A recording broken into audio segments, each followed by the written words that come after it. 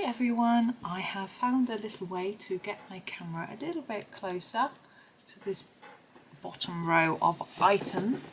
I've got a coaster for my cup which I've popped under my tripod leg and resting it on my book, so I'm hoping that's going to be okay and it won't mark my book, so we'll see. But we're going to do this crown today. I said we'd try something a little bit different, but I'm not very good at thinking of new ideas, but I think we'll mix up some silver and some gold for one thing, and we might make these look like pearls on the top rather than just round gems. That'll be a little bit different, I think. So what I'm going to start with is the silver, and I'm going to do this little inlay piece here in silver, just so it's a little bit different. So this is my cold grey 4, which is, yeah, small. And we have got a pattern drawn on here. I'm just actually going to ignore it, to be honest, and just start colouring. Quite a few layers here, and then less as we move along towards the middle. It's quite straightforward. More here and less as we move in, trying to keep it about the same excuse me, each side. And then I'm going to grab my cold grey 3. Again, you'll have to believe me, it's quite small. Sorry, that was very blurred, wasn't it? I'm used to the camera being zoomed out as it was for the last video, and anyway, because I'm recording these all in a row, sometimes I don't do that. I just do a few, but I thought I would get quite a few. I've got all day today free for recording, so I'm going to do quite a few. Yeah, now what I'm going to do is grab a darker grey, quite a dark one. This is cold grey 6, so we're jumping up quite a lot, and I want to just draw in a bit of shadow from under here. But I'm going to be careful because we've got this, it fades here to make the shine. We're going to try and do that with this as well. So I'm going to start here with a darker bit of shadow, and I'm going to try and do lighter as we go towards the middle. In fact, I may just do the tiniest bit there so that it works together with the shine as well. I don't know if it's that noticeable, though it's that different, but and we'll do the same down here a little bit as well. Like that, and hopefully that just makes the bit above and below look a little bit more like it sticks out.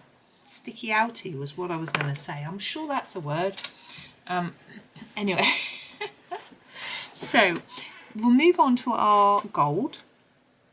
You've seen me do gold lots of times, so bear with me for doing something very similar, but I shall talk you through it like normal. Now we do start, I will start with a dark brown. This is a burnt umber.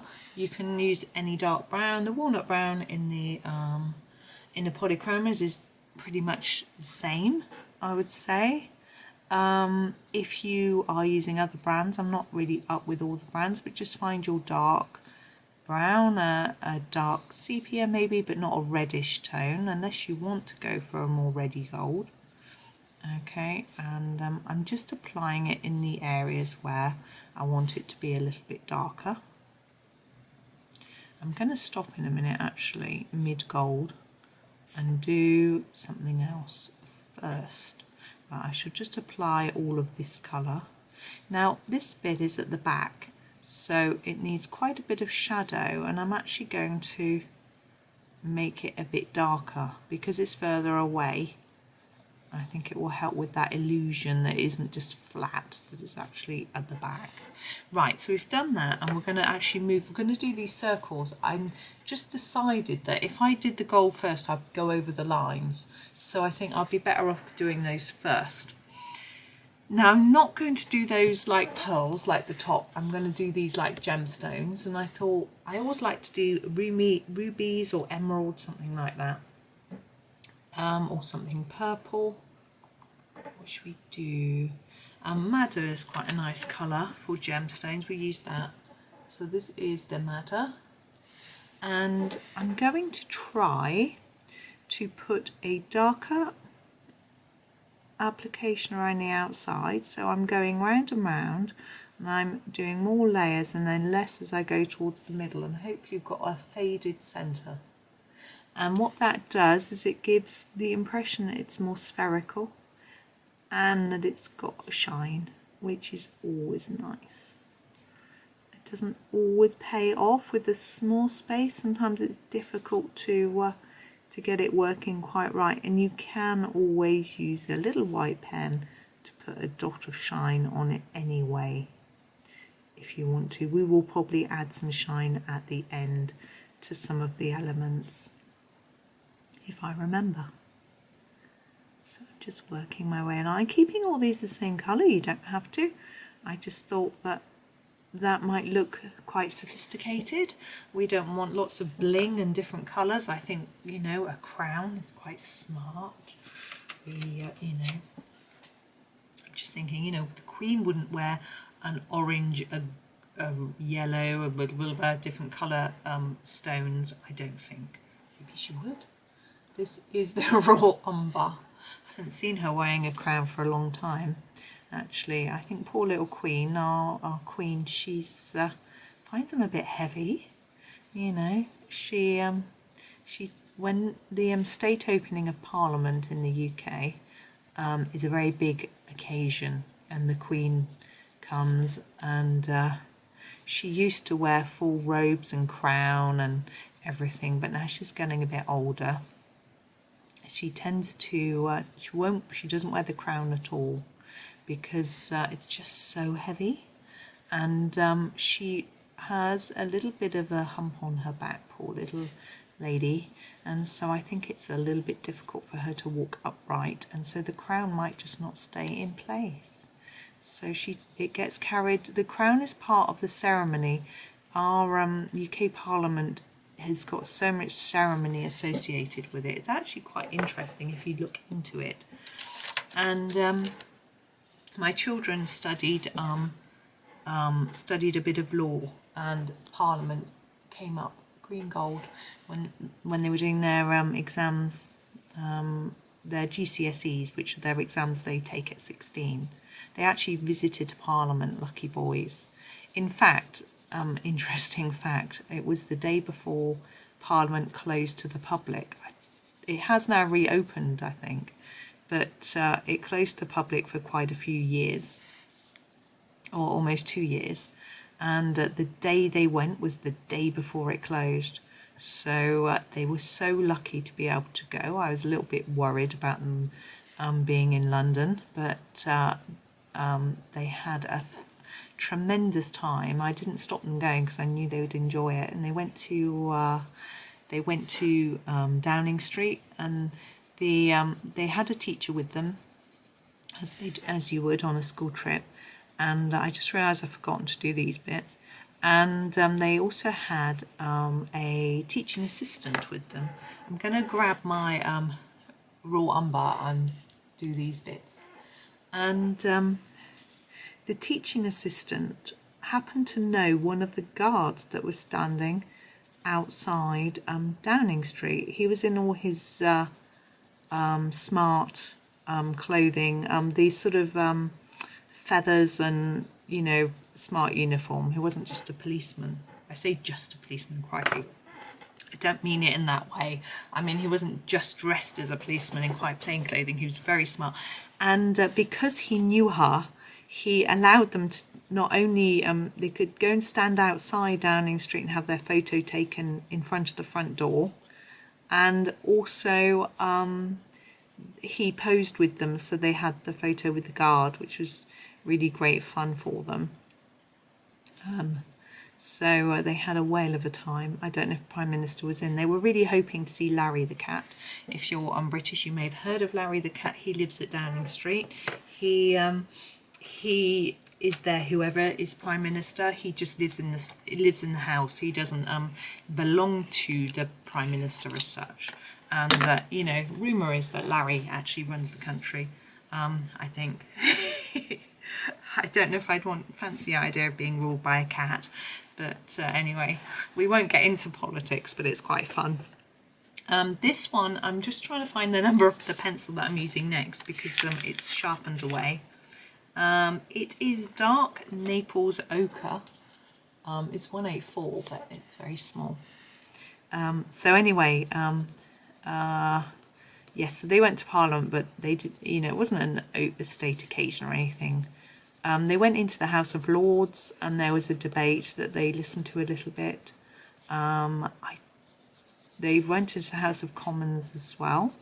Now, for those of you who aren't familiar with UK politics, the House of Lords, the House of Commons is where the elected MPs sit, and they obviously have their debates there. The House of Lords are often ex-MPs or high figures in society, religious figures, or sort of people who've been high in different careers, industry, teaching, health, that sort of thing. And any bills that go through Parliament have to go through them as well, because they have got the sort of technical expertise, as it were, of working in industry.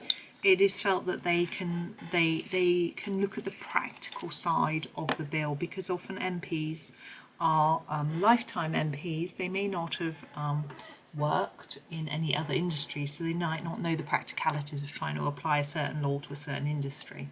This is light chrome yellow.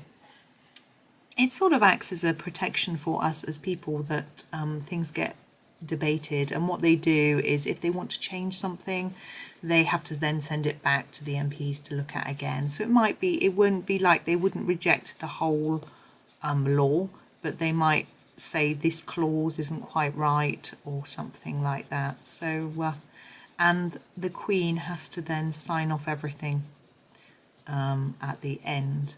And yeah, there are some people that like the monarchy and the system we have, and other people that don't. I think it's probably the same in all countries, but I find the whole history of it and the way it all works quite fascinating, regardless of whether you agree with it or not. I think it is just really interesting that we have so much sort of pomp and ceremony and traditions and things like that, which I don't know if all countries have. Now, this rim around the edge of the crown, obviously I haven't done that yet. I've been thinking about what to do. I do want to do it gold and similar to the rest, but I thought I would leave it and do it separately just so I didn't get a bit muddled and confused. So I don't want it to start really dark. I think I will start with the green gold on this one as my darkest colour. And I'm going to pick places where I think it might be darker. It would probably be, yeah, I'll put a darker bit there and here. We'll just experiment. I'm not going to make it dark up there because it's going to look odd with that bit where it's lighter. So I'm just going to do it like that. And then we're going to go with this little guy again. He was what was he? Was he the dark Naples ochre? That's right, we're going to use quite a lot of him here, and we'll use a bit of him up here too now, like that. And so we've got just a little gap for this one. Whoops! It doesn't want to stay in my hand, which was the light chrome yellow, and we'll just fill in that space. I'm going to go over all of it in the yellow because it just gives it some vibrancy and helps to blend it together. You've heard me say this before if you've seen me do gold. So there we go, there's the crown. Now I want to add a little layer of shadow. I don't know, I pointed at the bottom, along here in the same way we did with the silver. So I'm using my darkest brown, which was the burnt umber. And again, I want to make it a little darker here compared with the middle. I'm just going to fade it down.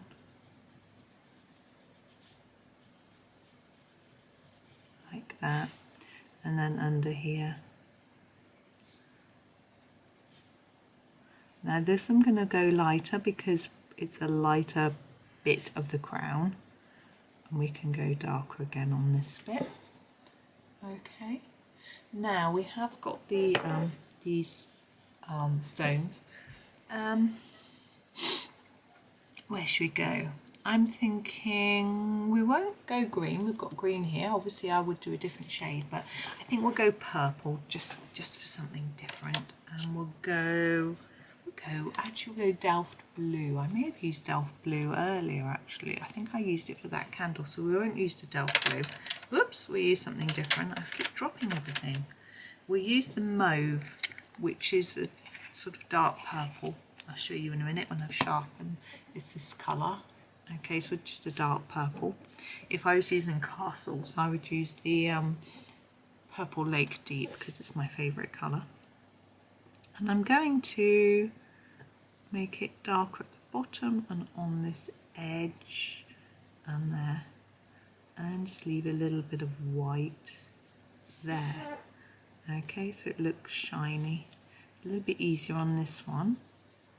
So darker here, a bit here, oops, and then fade it up. So I'm just adding less layers as I go up,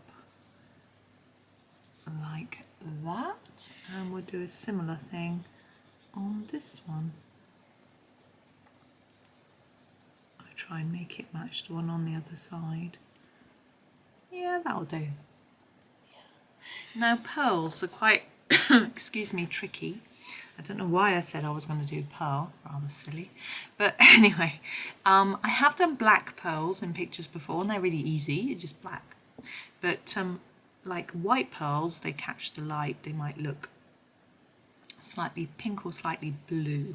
So what we're going to do is experiment. If this doesn't work, make them into a gemstone, make them black. Watch me first, don't colour along, see if you like it. So we're going to use the light magenta, which I can't even read, there we go, first to add a light pink. So we're going to keep it quite pale. And I think I'm going to add a light layer of pink on this side, like this. And I'm just going to make them all match, like that. Now I'm going to put in a slightly darker line just so you can see it, because I don't want it to be so pale you can't see. And then I'm going to put in some blue. Just looking at my blues, I think I'm going to use this one. I think this is the light ultramarine, and I'm going to put this one on the other side, but I'm not necessarily going to meet it in the middle. I might leave a little white bit.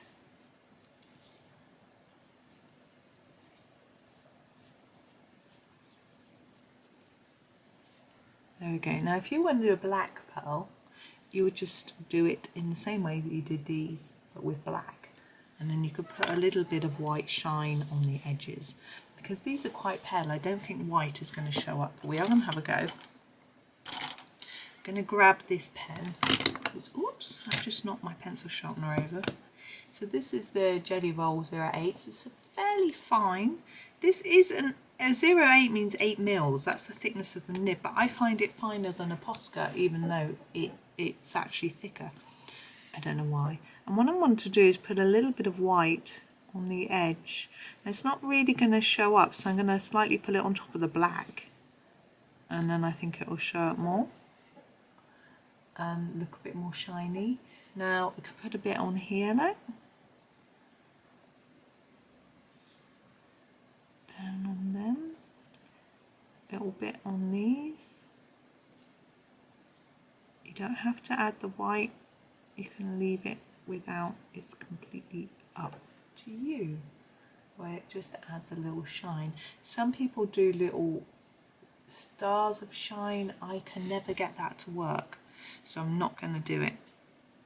But you can basically do a straight line down, line across, but sort of a quarter of the way down or a third of the way down, and then put a cross through, and you get a sort of star shape, and that can look quite cool, but I just can't get it to work. I think it might be because my colour isn't intense enough, so it doesn't show up. Some people do a circle and then do their star through the circle, and that shows up more.